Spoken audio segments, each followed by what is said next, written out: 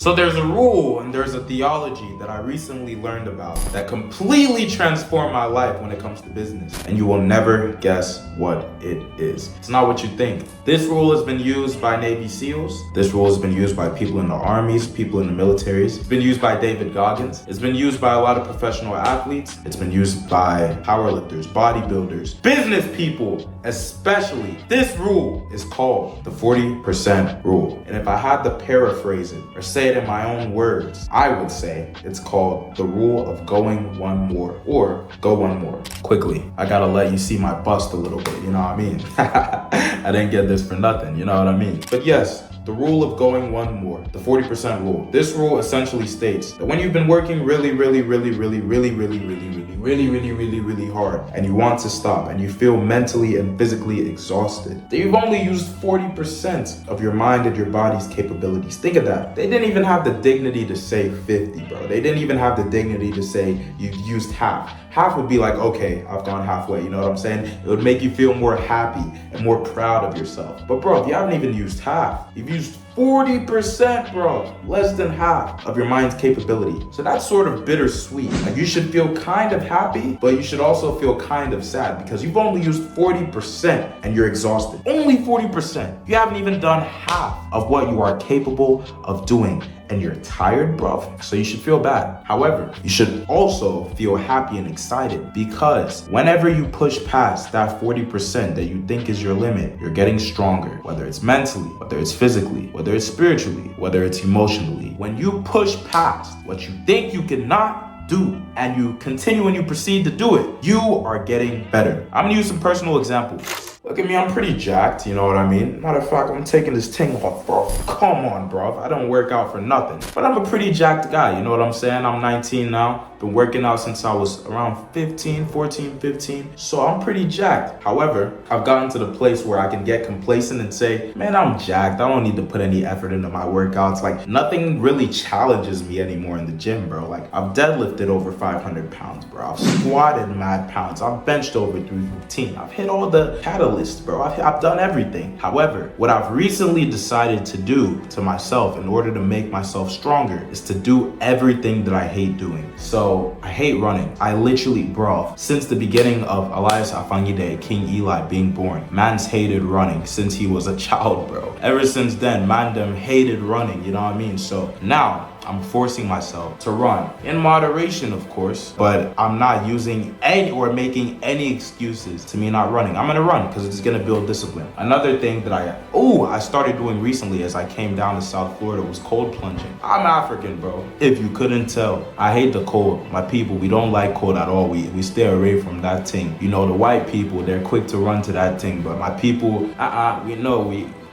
you know what I'm saying? We belong over there. But I started doing some cold plunges and it actually altered my brain because ever since then, I really just fell in love with doing things that put my body in uncomfort, but I know it's making my mind stronger. Another thing is meditation, bro. When I meditate, I like it because I'm conscious of the way it expands my brain and makes me more of a self-aware human being. But I'm an entrepreneur. I'm a business person. I'm also a young guy, so I'm very impatient, you know? And lately, like, the thought of meditating when I could spend that time working and making content and being productive just never sat right with me. But now I'm gonna do it probably at least, my rule is gonna be at least once a week. Just meditate, set a timer, meditate because it is good, and just find my own way to moderate it. Obviously, if I feel it doesn't benefit me that much, I'm not gonna do it 24/7, but I'm gonna do it in moderation to where when I don't feel like meditating, I'm still gonna meditate. That's another thing. Probably the last thing that I'm applying this 40% rule to, and this rule of pushing past when your brain tells you to stop, is when it comes to my sexual desires. You know, your boy's on NoFap, your boy is on well, let me just say NoFap. I would say semen retention, but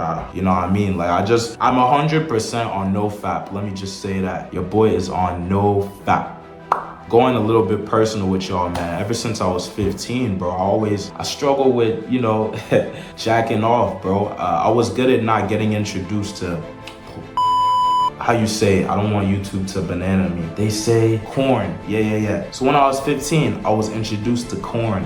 You know what I'm saying? My older brother did a very good job of telling me not to do it. So I stayed away from it prior to that point. But when I was 15, 16 was when the pandemic hit, you know what I mean? So I was locked inside. That was like 2019, 2020. I was locked inside, bro. So there was not much I could do, you know what I mean? TikTok was booming.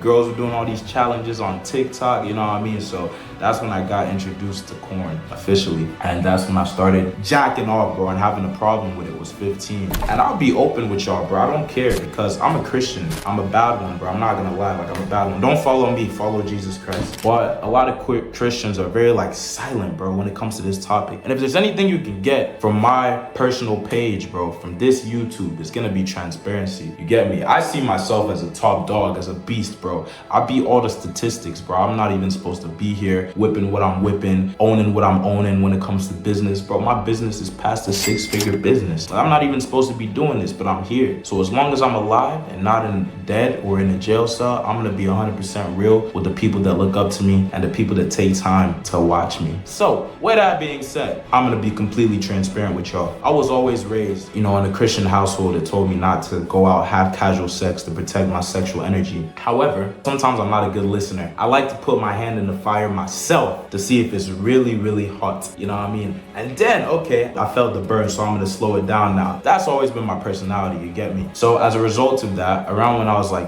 I think I just turned 16 was when I lost my virginity. I had sex for the very first time. And then combining the having sex with the corn, what started to develop as a corn addiction, boom, really messed me up. And the thing is, I'm not special, bro. This is the story of 90% of men, if not 99% of young men that live in this generation, Gen Z, where technology and corn is just one click away. Like I'm no special. The only thing is I have the balls to talk about it. You get me? So that was my thing that I've been struggling with for the past few years, was just learning how to control my sexual energy when it comes to like corn, and then when it also comes to like real world women. Obviously now I'm trying to control my sexual energy. Like when it comes to real women, I'm not just trying to, be out here in these streets, you know what I mean? Like I had that time where I was trying to do that, but now that's where the 40% rule kicks in. It's like whenever I get these urges, whenever it gets really hard, I know that I can keep on going. I'm not even at 40%. I'm not even halfway of what I can endure. And the Bible even says it, bro. With God, all things are possible. It says with man, this is impossible, but with God, all things are possible. So when I get to that point where my body's like, bro, I'm feeling it, bro, I need to get that sweet release, you know what I mean? Like I'm feeling the thing. With God, all things are possible. And then on top of that, or under that, we got the rule of 40%, bro. Right when you feel like you literally can't go another step or another day or another hour, you're literally not even halfway. Like you could do double what you think you can't do, essentially. So that's the rule of 40%. In the Bible, there's a verse, look it up. With God, all things are possible. I don't know the exact book, chapter, or verse. I'm working on it. But it says with God, all things are possible. So the point of this video for you guys is whenever you feel like you cannot take another step, you can't keep going, remember that you can. Your brain's whole job is to stop you from being in pain. Your brain's whole job is to make you afraid. Whenever it senses that there could be danger lying ahead, your brain's whole job is to tell you, don't go there, don't do that, I don't want to get burned, I don't want to get hurt. So that's why sometimes you feel like you're so soft. I can't take another step, I can't do this, I can't do that. Then you start crying and having all these anxieties. Sometimes you gotta tell your brain,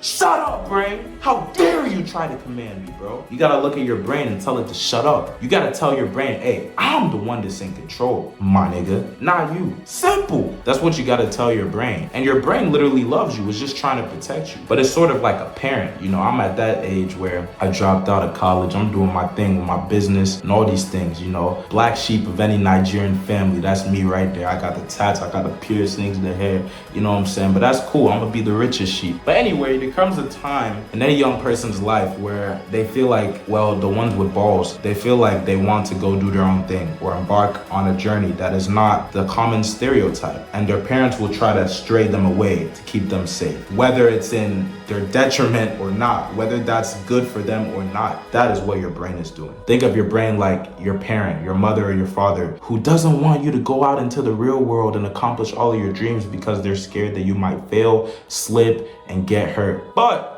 if there's anything I've noticed in my very short life, it is that the path of pain leads to the most progress. The path of pain, the path of courage, the narrow road will lead to the most success because fewer people embark on it. More people are scared of going on it. So if you don't want to be average, why choose the wide path? Why choose the wide road? So saying all this to say, when you, viewer, don't feel like you can take another step or keep on going, rebuke that thing in the mighty name of Jesus Christ and keep on going, man. You got it. Be in control of your brain. Don't let your brain control you. I love you. See you soon.